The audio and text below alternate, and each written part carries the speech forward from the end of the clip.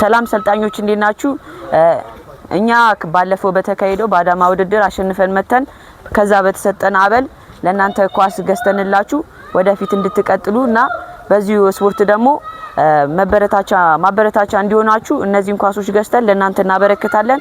ይህን ኳስ ደግሞ አሁን ይቀበሉናል።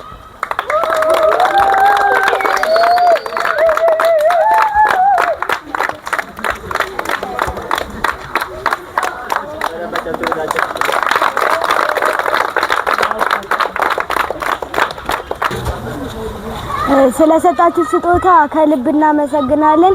እኛም በቀጣይ እንደዚህ እንደምናደርግ አስባለሁ።